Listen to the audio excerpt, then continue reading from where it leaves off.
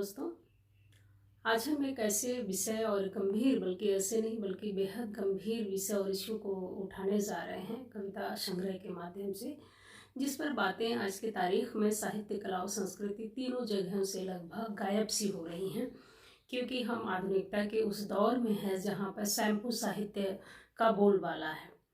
तो ऐसे समय में अगर कोई रचना आपके सामने इस तरह से टकराती है जो फार्मर, पिजेंट और सर्फ की बात करती है, तब मन कहीं ना कहीं वहाँ ठहरता है और सोचने को विवश होता है, मजबूर होता है कि नहीं, अभी भी बहुत कुछ गुंजाइश है, बहुत सारी संभावनाएं हैं, संभावनाएं मरी नहीं हैं।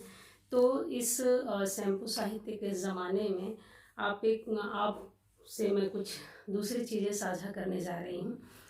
ये 2 जुलाई 2011 में संग्रह आया था, तभी मैंने पढ़ लिया था, लेकिन उस दौरान मैंने बात करने की बजाय मैंने अपनी डायरी में इसके कुछ चीज़ों को नोट करके रख लिया था। साहित्य में बहस ऐसे ऐसे विषयों पर छिड़ जाते हैं जो किसी काम के नहीं होते हैं, और चूंकि आज सोशल मीडिया का ज़माना है तो कुछ ऐसे विषय पर भी बात हो जाती है जिस विषय का कोई औचित्य नहीं होता है, जिसकी कोई परिधि नहीं होती है, कुछ मतलब नहीं होता है। ऐसे समय में भी अगर हम साहित्य के किसी एक विधा में अनछुए पहलुओं से संबंधित अगर कोई चीज़ हमसे टकराती है तो हमें लगता है कि हमें उस पर खुल करके और बहुत तहे दिल और खुश दिल के साथ साझा करनी चाहिए और बात करनी चाहिए। तो ये जब मैं पढ़ रही थी, फिर से पुनः पढ़ रही थी, तो मैंने कहा कि मुझे लगता है कि अपने तक रखने की बजाय मुझे इसे साझा करना चाहिए। तो वानगी के तौर पे मैं कुछ चीज़ें आपको सुनाती जाती हूँ और अपनी बात के क्रम को आगे भी बढ़ाती जाती हूँ। कविता में धान ने चिट्ठी लिखी मानसून को, अब की बार आना, सज धस के आना, गठरी में लाना बादल के कुछ टुकड़े। ओ परदेसी पुरबिया, बादल मेरे लिए प्रतिष्ठा का प्रश्न है, पानी नहीं। मैं धान हूँ, कागज पर उगा हुआ नए कवि की कविता में। अब आप देखिए कि किस तरह से बड़ी मासूमियत के साथ बादल को आवाहन करने की बात की जा रही है, और आखिर में आते आते एक तरह से चुटकी भी ली जा रही है कि कविता लिखने वाले कवि की तरह मैं नहीं हूँ, बल्कि मैं धान हूँ जो खेत में उगता हूँ। खेत में उग करके एक स्थान से दूसरे स्थान रोपा जाता है। इस धान शब्द को हम बहुआयामी तरीके से निरूपित कर सकते हैं, व्याख्यायित कर सकते हैं। इसी क्रम में आगे हम आपको एक छोटा सा अंश, हालांकि कविता थोड़ी सी बड़ी है लेकिन एक अंश को सुनाते हैं। देखिए कि वानगी के तौर पर कि यह रचना आपको कहाँ ले जाती है। चाहे जिस भाषा में रहूं, काम करूंगा ऐसा कि लगता रहूं जीव को, तालु लार कंठ को, आत्मा अमाशय आत को, रसायन बुद्धि विचार को, सुरंग जो हूं भाई। इतना उपेक्षित हूं कि माथे पर फूल नहीं, कलेजे में बीज नहीं, कलमुही सूरत है, चेहरे पर आब नहीं। केंद्र में बेशक सुरन है, लेकिन बात वही है, निगाहें कहीं पे, निशाना कहीं पे। तो ज़्यादातर इनकी कविताओं में एक चीज़ आपको मिलेगी कि अविदा लक्षणा के जो गुण हैं वो भरपूर आपको देखने समझने के लिए यहाँ पे मौजूद हैं। खेत से आते हैं फांसी के धागे, खेत से आती है सल्फास की टिकिया, खेत से आते हैं श्रद्धांजलि के फूल, खेत से आता है सफ़ेद कफन, खेत से सिर्फ रोटी नहीं आती। खेत दरअसल हमारे देश की जो कृषि व्यवस्था है उसमें सब कुछ खेत से ही आता है। हमारे देश में किसानों की जो स्थितियां हैं जगहों के हिसाब से बदल जाती है, उनके साथ जो ट्रेजेडी जुड़ी हुई है उस ट्रेजेडी तक सरकार की निगाह तो जाती है, लेकिन सिर्फ वक्त वक्त पर लोकसभा चुनाव हो या विधानसभा चुनाव हो। बाकी दिनों में अगर आप चिल्लाते हैं, चीखते हैं तो कोई उसकी आवाज़ न सुनता है, न सुनने की कोशिश करता है। आज की तारीख में सोशल मीडिया पर बहुत सारे विषयों को लेकर के खूब बातें होती हैं, लेकिन खेती किसानी को लेकर उतनी गंभीर चर्चाएं नहीं होती हैं। 2-4 नाम अगर लिया जाए तो उनको छोड़ करके बाकी लोग इस विषय को बहुत गंभीरता से नहीं रखते हैं, ना ही इस पर बात करते हैं, ना ही संवाद करते हैं। शायद कृषि का स्वरूप ही बदल गया है, क्योंकि आज विस्थापन की जो समस्या है, समस्या इसलिए कह रही हूँ क्योंकि समस्या ही है। जब हमारे पास साधन नहीं है, सुविधाएं नहीं, तो अभाव की स्थिति में हम विस्थापित होने को मजबूर होते हैं। एक छोटी कविता नग्नता, इसको देखिए, छोटी लेकिन गहरी चोट करती है। यह कविता आज की तारीख में, मैंने किताब पे चीज़ें लिखने की मुझे आदत है तो मैं यहीं लिख देती हूँ। आज की तारीख में हम आधुनिकता के नाम पर भौनेपन के शिकार हैं। कम से कम कवि के कहे गए हुए इस शब्द को देखिए तो सही।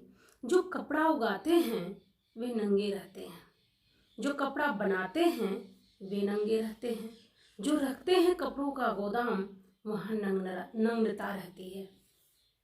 जो कपड़ा बुनते हैं तो उनकी मजबूरी है, क्योंकि उनकी लागत के हिसाब से उनको लाभ नहीं मिलता है। लेकिन जिनके पास कपड़ों की दुकान है वो नंगे क्यों हैं? आप इस के भावबोध तक पहुंचने की कोशिश कीजिए कि कविता कितनी बहुअर्थी और बहुआयामी है।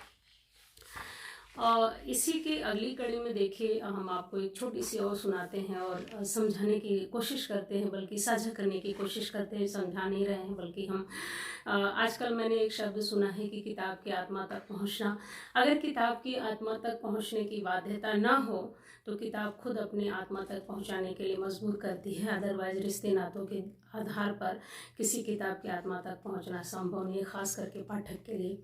रेशम के कीड़े जो ख्वाब खाते हैं वे देते हैं मूंग, अर्जुन की पत्तियां खाने वाले बनाते हैं तसर, सहतूत खाकर मलबरी रचते हैं वह जो मूंगा तसर मलबरी से एक साथ बुनता है, बनारसी साड़ियां बुनने के बाद भूख से मरता है। कलाकार, कामगार, मजदूर, किसान, ये सारे लोग मेहनत कश लोग हैं और उनके मेहनत का उचित मुनाफा उन्हें नहीं मिलता है, तो वो काम करने के बाद भी भूख से मरने के लिए बाध्य हैं। बनारसी दास एक चुटेली कविता है, इसके 2 अंश में आपसे साझा करती हूँ। किसी दिन चांद तुम्हारे चूल्हे में आकर कंडे सा सुलग जाए, किसी दिन सूरज तुम्हारी जीभ पर आइसक्रीम सा पिघल जाए। सूरज सुलग सकता है, आइसक्रीम पिघल सकती है। सूरज अगर पिघल सकता है और चांद सुलग सकता है, तो फिर आप सोच लीजिए कि क्या परिकल्पना की गई है। एक दिन मधुमक्खियाँ आग उगलने लगे, कुत्तों की लार से जलेबी पकने लगे, छछूंदर की आवाज़ से राग मल्हार झलने लगे। आप इसे विरोधाभास की तरह भी ग्रहण कर सकते हैं, उपमान की तरह भी ले सकते हैं, और हमारे जीव जंतु जो पशु पक्षी हैं उनके खासियत के संदर्भ में भी इसे ग्रहण कर सकते हैं। बुद्धिजीवियों पर बड़े तीखे और मीठे व्यंग्य के साथ एक कविता लिखी है, वे बुद्धिजीवी हैं। उसका एक बिल्कुल आखिर का अंश हम आपको सुनाते हैं। वे अपने समय से इतनी ज़्यादा नफरत करते हैं कि बीबी और बच्चे भी अपनी रचना का कच्चा माल देखते हैं। अब आप इन्हीं छोटे छोटे चीज़ों से आप सोचिए कि कवि जो है वो कितना गहन तरीके से छोटे छोटे लोगों के बारे में चिंता और चिंतन कर रहे हैं। कि एक कुम्हार रचना जो है वो बहुत मर्मभेदी है, मर्मांतक है, और आपको बहुत अंदर तक चुभने वाली रचना है। उनकी स्थिति परिस्थिति और चाक पर रख करके जिंदगी गढ़ने वाले व्यक्ति कैसे क्या हो जाते हैं। पिता आए थे सपने में, ये एक परिकल्पनागत रचना है जो इस किताब की शीर्षक कविता है बुरे समय में नींद। ये मैं ज़रूर आप लोगों से साझा करूँगी। थोड़ी सी लंबी है, बहुत लंबी नहीं, लेकिन मिडिल साइज की है। इस बुरे समय में देर अबेर आती है नींद, नींद के साथ ही शुरू होता है सपना। सपने में पृथ्वी आती है नाचती नहीं, कोयल आती है कूकती नहीं, गौरैया आती है चुका नहीं चुंगती, बादल आते हैं बरसते नहीं।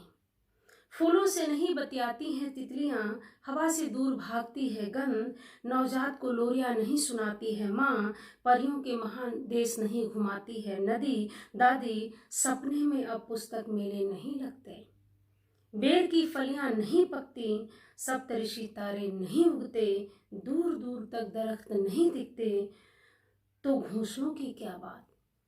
सपने में घुर्राता है शैतान, जो नग्न मूर्तियों को अक्षत और ऋचाओं से जगाने की चेष्टा करता है।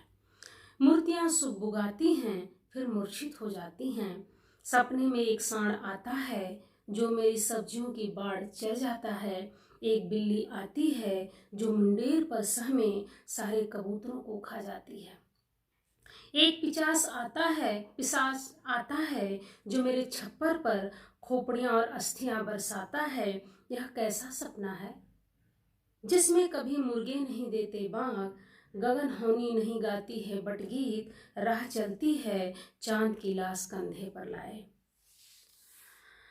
चांद की लाश कंधे पर उठाए व्यक्ति किस तरह से चल रहा है बुरे समय में नींद। बड़ी और दूरदर्शी कविता है। इस पर जितना भी बात किया जाए, चिंतन मनन किया जाए, वो कम होगा, बल्कि जितना लिखा पढ़ा जाए, लोगों से बात संवाद किया जाए, लोगों तक पहुंचाया जाए, क्योंकि आज की तारीख में एक घटना दूसरी घटना को दबोच ले जाती है और दूसरी घटना तीसरी घटना को उभरने ही नहीं देती है। तो ऐसे समय में अगर किसी को नींद आए और नींद में इस तरह के ख्वाब आए तो कोई आश्चर्य की बात नहीं है। कवि ने 2011 में परिकल्पना की थी, लेकिन ये चीज़ें सन 2019-20 में ज़्यादा सटीक हो रही हैं, लागू हो रही हैं। बजट थोड़ा व्यंग्यात्मक और तीखी रचना है। साझेदार, चौकीदार, ये सारे छोटे छोटे शीर्षक की अच्छी रचनाएं हैं, लेकिन मैं आपसे मुठभेड़ शेयर करती हूँ, क्योंकि मुठभेड़ को किस संदर्भ में हम लेते हैं और कवि ने किस तरह से बरसा है, ये दोनों समझने की ज़रूरत है। तुमने पत्थर उठाया, दे मारा नवजात गिलहरी को, पेड़ की छाल में बदल गया वह। तुमने एड़ियों से रगड़ दी पगडंडी, चुपचाप गायब हो गई दिशाएं। उड़ेल दी स्याही पृष्ठों पर, मर गए सारे के सारे अक्षर। मैंने देखे पृथ्वी के वास्ते कोमल सपने, चिन्हित किए ठोस विचार, उन्हें टांग दिए सलीब पर तुमने, जो आज तक मुठभेड़ कर रहे हैं जीवित तुम्हारे खिलाफ। अब आप देख लीजिए कि जीवित लोग कैसे हमारे खिलाफ मोर्चा खोल देते हैं। एक रचना है जल प्रलय, ये 1, 2, 3 इस तरह के भाग में बटी हुई है। ये बड़ी रचना है और हमारे ही नीतियों और अन्यायों का परिणाम स्वरूप जो चीज़ें उपजती हैं प्रलय के रूप में, उसी के संदर्भ में बात की गई है।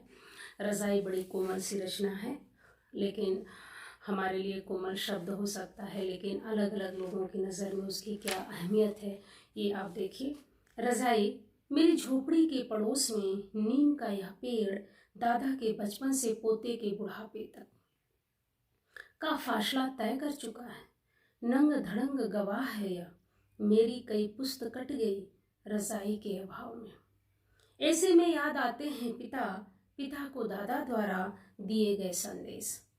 पिता कहते थे, ठंड के नाखून बड़े तेज होते हैं, वे केवल चुभना नहीं जानते हैं, सिर्फ टूटना जानते हैं। सर्दी में रजाई से बड़ा कोई हमसफर नहीं, इसके अंदर सोए रहते हैं सैकड़ों सूर्य, कपास के जंगल, रूइयों के पहाड़, इसमें धूप सी मिठास, आग सी सुबुगाहट होती है। इसमें लिपटे होते हैं दुनिया के पसीने, धुनकी की तांत की बेशुमार झनक, चरखे चलाती औरतों के सूतदार गीत। पिता नहीं है आज, साथ में है केवल भेड़ के बालों से मुलायम गरम उनके विचार। आज भी मैं क्यों नहीं खरीद सकता हूँ पिता के जीवन भर की अतृप्त इच्छा, बेटे के सुलगते तलवे जैसा भविष्य, बोरसी भर आग की गर्माहट, सिर्फ 2.5 से रुई की रजाई क्यों नहीं खरीद पा रहा हूँ। एक व्यक्ति की व्यवस्था देखिए, यहाँ पे सिर्फ 2.5 का सवाल नहीं है कि 2.5 किलो का सामान हम क्यों नहीं खरीद पा रहे हैं। विवेचता यह है कि हमारे सामने आर्थिक स्थिति कैसी है, हम किस तरह से, किस व्यवस्था से लड़ रहे हैं। असमानता के समाज में एक आदमी दूसरे आदमी के सहयोगी नहीं बन पा रहा है। ऐसे समय में 250 किलो बड़ी बात है। सांझ होने पर ये कविता काफ़ी मर्मस्पर्शी मुझे लगी, आप को साझा कर रही हूँ। मेहनत दिन की दुधिया आँखों में उड़ेल दी है किसी ने कजरोटा भर स्याही, थके मांदे सब कुछ लौटने लगा है उल्टे पांव, समारोह के खत्म होते ही जैसे सामियाने वाले लौटता है। धूप समेटे लौट रहा है आकाश, घोंसले की ओर लौट रहे हैं टहने, चूल्हे की ओर आग। बच्चे की तरफ पलंग लौट रही है, किनारे की तरफ डोंगिया, फाइल समेट रहा है दफ्तर, हरियाली समेट रहा है खेत, तितलियां रंगों को समेट रही हैं। गाय के थन में धीरे धीरे लौटने लगा है दूध, माँ के होठों पर लोरियां धीरे धीरे दिमाग में लौट रही हैं पुरानी स्मृतियाँ। कविता लंबी है, आप इसे खुद पढ़िए तो ज़्यादा अच्छा लगेगा। एक स्टेंजा और मैं साझा करती हूँ। मैं कहाँ लौटूं इस पृथ्वी पर, सुई की नोक इतनी जगह जिसे अपना घर कह सकूं। बेशक पृथ्वी बहुत बड़ी है, लेकिन लोगों के दिलों में तन्हाई ज़्यादा है, तो ऐसे समय में पृथ्वी पर लौटने का कोई औचित्य भी नहीं है। इन्होंने एक प्यार शीर्षक पे कविता लिखी है। दरअसल सीधे सीधे वो प्यार को संबोधित नहीं है, बल्कि प्यार के विविध आयाम की तरह है। अपने समय को इतना धोना पसारना, सुखाना और सहेजना मैंने तुमसे सीखा। अपनी चिंता में सब्र की आखिरी हद तक, मानसून का बाट जोहना, मौसम, श्रम और बीजों से रिश्ता जोड़ना, पक जाने के बाद फसलों की बालियां तोड़ना मैंने तुमसे सीखा। अपनी प्यास में खोजना मीठे जल का सोता, निचोड़ना सांसों की नमी, रेझना सगुन चिड़िया जैसा गुजरती ध्वनियों पर, और किससे सीखा मैंने तुम्हारे सिवा। मेरी कविता में भाषा की जगह तुम ही हो, विचारों की जगह तुम्हारे ही उगाए छड़ों की आग है, बिंबों की जगह तुम्हारी आत्मा का निचोड़, अक्षर अक्षर तुम्हारी स्मृतियों के घर की ईंट। अब तुम ही कहो और कैसे किया जाता है प्यार। हम आज की तारीख में प्यार को कितना सतही और उथला बना दिया गया है। ऐसे समय में अगर इतनी बड़ी बात बड़े ठोस और सोच समझ के साथ कही जा रही है, तो क्यों ना ऐसे विषय की चर्चा की जाए, क्यों नहीं हो रही है। आज हमारा साहित्य इतना सिमट गया है कि हम खुद को ही लिखते हैं, खुद में ही पढ़ते हैं, खुद में ही जीते हैं, खुद में ही मरते हैं। तो ऐसे समय में इस तरह की रचनाएं अगर समय से पहले भुला दी जाती हैं या कम वक्त में ही पटल से उतर जाती हैं, तो यह हम आप सबको मिलकर के सोचना चाहिए कि त्रिकालदर्शी या कालजयी रचना जो बन सकती हैं, जो चर्चा के केंद्र में रह सकती हैं, वो अचानक से पटल पर आती हैं और परिदृश्य से गायब कैसे हो जाती हैं। इस कविता के संदर्भ में अपने छोटे छोटे विचार जो हैं बरबर राव जी और मदन कश्यप जी ने दिए हैं। इन लोगों के हिसाब से प्रतिरोधी स्वर के ये कवि हैं और मेरी नज़र में भी ये जन कवि हैं। जन कवियों की संख्या जो है ना के बराबर रह गई है। नागार्जुन की परंपरा भी आप खत्म सी होती जा रही है। आज की तारीख में जो हमने एक शब्द प्रयोग किया कि शैम्पू साहित्य झाग उठा और झाग खत्म हुआ, 2 बूंद पानी डाला, तो शैम्पू साहित्य के ज़माने में फार्मर, पिजेंट और सर्फ की बातें न के बराबर की जा रही है। ऐसे वक्त में, ऐसे जटिल समय में अगर कोई इन सारे बिंदुओं को बड़ी बारीकी से और करीने से छू रहा है और आगे बढ़ रहा है और बात करने को बाध्य कर रहा है, तो हमें लगता है कि हमें इस तरह की कृतियों पर ज़्यादा बात करनी चाहिए, संवाद करनी चाहिए, जिससे लोगों को इस विषय में ज़्यादा जानकारी मिल सके। तो हमारी तरफ से रामाज्ञा शशिधर जी को बहुत बहुत बधाई और शुभकामनाएं। आप समरिया के हैं, तो आपने समरिया का पर भी एक कविता लिखी है, समरिया घाट, और दूसरी जो है वो दशाश्वमेध घाट। दोनों के बीच के कोलाबोरेशन में जो घाटों का चित्रण है, उसे आप स्वयं संग्रह में पढ़ेंगे तो ज़्यादा अच्छा लगेगा, क्योंकि एक घाट जो है बनारस में है दूसरा जो है वो समरिया बिहार में है। तो दोनों दो प्रदेश हैं, दोनों दो प्रदेश की अपनी मरुभूमि है, दोनों प्रदेश की भाषाएं बेशक एक दूसरे से मिलती जुलती हैं, लोग भी मिलते जुलते हैं, लेकिन घाटों का समीकरण अलग अलग है। अगर बनारस में मसान है तो वहाँ के घाट में कुछ और है। यह चीज़ समझने के लिए आपको संग्रह से गुजरना होगा। बहुत बहुत धन्यवाद, शुक्रिया, नमस्कार।